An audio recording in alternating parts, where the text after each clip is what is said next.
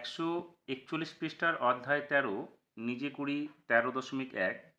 এখানে যে তথ্যগুলো দেওয়া রয়েছে ছাত্রছাত্রীদের উচ্চতার ভিত্তিতে, সেই তথ্যগুলো অনুসারে আমরা এখানে একটা পরিসংখ্যা বিভাজন তালিকা তৈরি করব।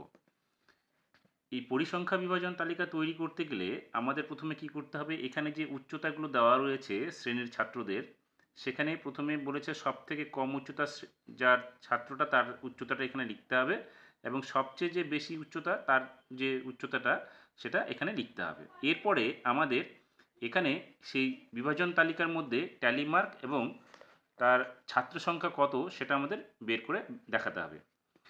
এখন আমাদের এই যে তথ্যটা দেওয়া আছে, এই তথ্যের মধ্যে সবথেকে কম উচ্চতা আমাদের এখান থেকে খুঁজে নিয়ে লিখতে হবে। তোমরা দেখবে এখানে সব থেকে কম উচ্চতার যে মাপটা দেওয়া রয়েছে সেটা হচ্ছে 120। তাহলে এখানে আমরা লিখব সবচেয়ে কম উচ্চতা 120 সেমি, আর সবচেয়ে বেশি উচ্চতা হচ্ছে 127। তাহলে এখানে আমরা লিখব 127 সেমি। এবার আমরা যে বিভাজন তালিকাটা তৈরি করব সেখানে উচ্চতাটা সেমি, ট্যালি মার্ক এবং ছাত্র সংখ্যা এই তিনটে ঘর দেখে আমরা এক এক করে সাজাবো। প্রথমে কি করব, সবচেয়ে ছোট যেটা রয়েছে কম উচ্চতা সেখানে লিখবো আমরা 120, তারপরে 121, তারপরে হবে 122, তারপরে 123, এখানে হবে 124, এখানে 125, এখানে 126 লেখা আছে, এখানে হবে 127। এবার আমরা এখান থেকে যে ছাত্র সংখ্যার সংখ্যাগুলো গুলিয়ে লিখব সেটা আমাদের কি করতে হবে, এখানে যে মোট তথ্য দেওয়া রয়েছে, এখানে দেখবে মোট তথ্য দেওয়া রয়েছে 30টা। কীরকম, 1 2 3 4 5 6টি রয়েছে, আর প্রত্যেকটি সারিতে 5টি করে রয়েছে, তার মানে 5 6 30টা। এবার এখানে যে আমরা তথ্যটা বসাবো এই তথ্যগুলোর সমষ্টিও কিন্তু আমাদের 30 আসতে হবে, তবেই আমাদের এই বিভাজন তালিকাটা সম্পূর্ণ হবে, নতুবা এটা কিন্তু ভুল হবে। এখন আমরা কি করব, এখানে রয়েছে কি 120, তাহলে 120 কয়টা তথ্য রয়েছে সেই তথ্যটা আমরা এখান থেকে গুনে এই ছাত্র সংখ্যার ঘরে লিখব। তাহলে 120 দেখো গুনে, এখানে 120 নেই, এখানেও নেই, এখানেও নেই, এখানেও নেই, এখানে একটা রয়েছে, তাহলে একটা হলো, আর এখানে একটা, দুটা, তাহলে এখানে আমরা লিখব 2। এবার 121-এর জন্য কিন্তু দুইটা লেখা আছে, অর্থাৎ এখানে 121টা যে উচ্চতা রয়েছে 121 সেমির সেটা দুটো রয়েছে, এখানে একটা রয়েছে 121, এখানে একটা রয়েছে 121, সেই জন্য এখানে রয়েছে 2। এবার 122, 122 দেখো গুণে কটা রয়েছে, দেখো এখানে একটা, দুটা, তিনটা, তারপরে চারটা, পাঁচটা, ছয়টা, এখানে নেই, এখানে একটা, 7টা, তাহলে এখানে আমরা লিখব 7। এরপরে 123 কটা রয়েছে, 123 গুণে দেখি, এখানে রয়েছে একটা, এরপরে এখানে রয়েছে একটা, দুটো, তিনটা, চারটা, এখানে একটা, 5টা, আর কিন্তু নেই, তাহলে আমরা এখানে লিখব 5।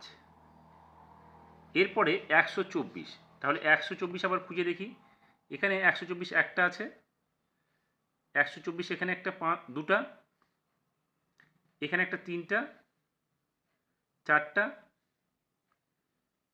আর এখানে একটা, 5টা, তাহলে আমরা 124-এর ঘরে ছাত্র সংখ্যার জায়গায় লিখব 5।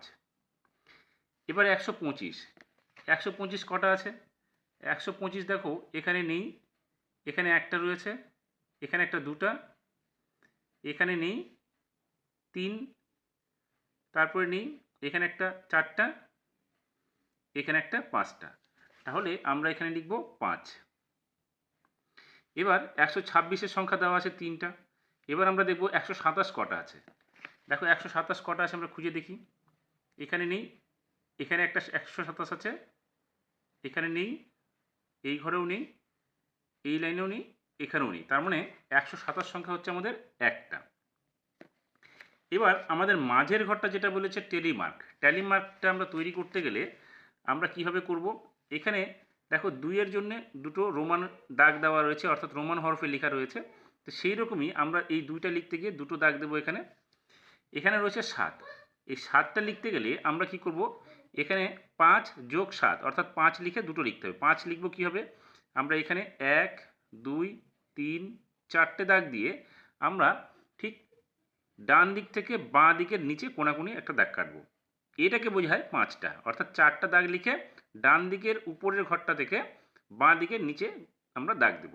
তাহলে এখানে 5 হলো, আরও 2, তাহলে এখানে আরও দুটো লিখব। তাহলে এখানে কত হলো, 5 আর 2 7 হয়ে গেল ট্যালি মার্ক। এখানে রয়েছে 5, তাহলে এখানে 4টে দাগ দিয়ে আমরা ডান দিক থেকে বাঁ দিকের ঘরে কোনাকুনি দাগ কাটবো। এরপরে রয়েছে 5টি, তাহলে এখানেও একই রকম করে আমরা ছবিটা আঁকবো। তাহলে এখানে হলো 5টি হয়ে গেল, এখানেও রয়েছে 5টি, 1 2 3 4, তারপরে আমরা কোনাকুনি দাগটা কেটে দিলাম। এরপরে এখানে রয়েছে 3 তো 3টে দাগ হয়ে গেল, এখানে রয়েছে 1, তাহলে এখানে আমরা 1 লিখব। এবার প্রশ্নটা হচ্ছে আমাদের এই ট্যালি মার্কটা ঠিক হলো কিনা, বা আমাদের এই বিভাজন তালিকাটা সঠিক হলো কিনা। আমি বললাম যে এখানে যতগুলো তথ্য দেওয়া রয়েছে তার তথ্য সংখ্যার মোট, আর এখানে ছাত্র সংখ্যার ঘরে যে সংখ্যাগুলো রয়েছে তার মোট সংখ্যাটা সমান হতে হবে। তাহলে দেখি এখানে আমাদের রয়েছে কয়টা, আমরা আগেই গুণে দেখলাম 30টা রয়েছে, তাহলে এখানে 30টা আছে কিনা। দেখো 2 আর 2 যোগ করলে 4, 4-এর সঙ্গে 7 যোগ করলে 11, 11-র সঙ্গে 5 যোগ করলে 16, 16-র সঙ্গে এখানে 10 যোগ করলে 26, 26 আর 3-এ 29 আর 1-এ 30, তার মানে এখানে হচ্ছে আমাদের মোট 30টা। তার মানে আমাদের এখানে যে মোট তথ্যগুলো রয়েছে সেই তথ্যের সঙ্গে এখানে সংখ্যাটা আমাদের মিলে গেল।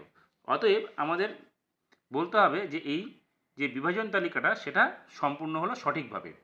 আশা করি আমি বোঝাতে পেরেছি কীভাবে আমরা একটা তথ্য সংখ্যা থেকে বিভাজন তালিকা তৈরি করব, পরিসংখ্যা বিভাজন তালিকা তৈরি করব এবং কীভাবে টেলিমার্কটা করব বোঝাতে পেরেছি। ভালো লাগলে অবশ্যই লাইক শেয়ার কমেন্টস করবে, এবং যারা নতুন তারা এই ধরনের সমাধান পেতে অবশ্যই আমার চ্যানেলটিকে সাবস্ক্রাইব করবে এবং বেল আইকনে গিয়ে অল নোটিফিকেশন ক্লিক করবে, তাহলে পরবর্তী সমাধানগুলো তোমরা অবশ্যই পেয়ে যাবে।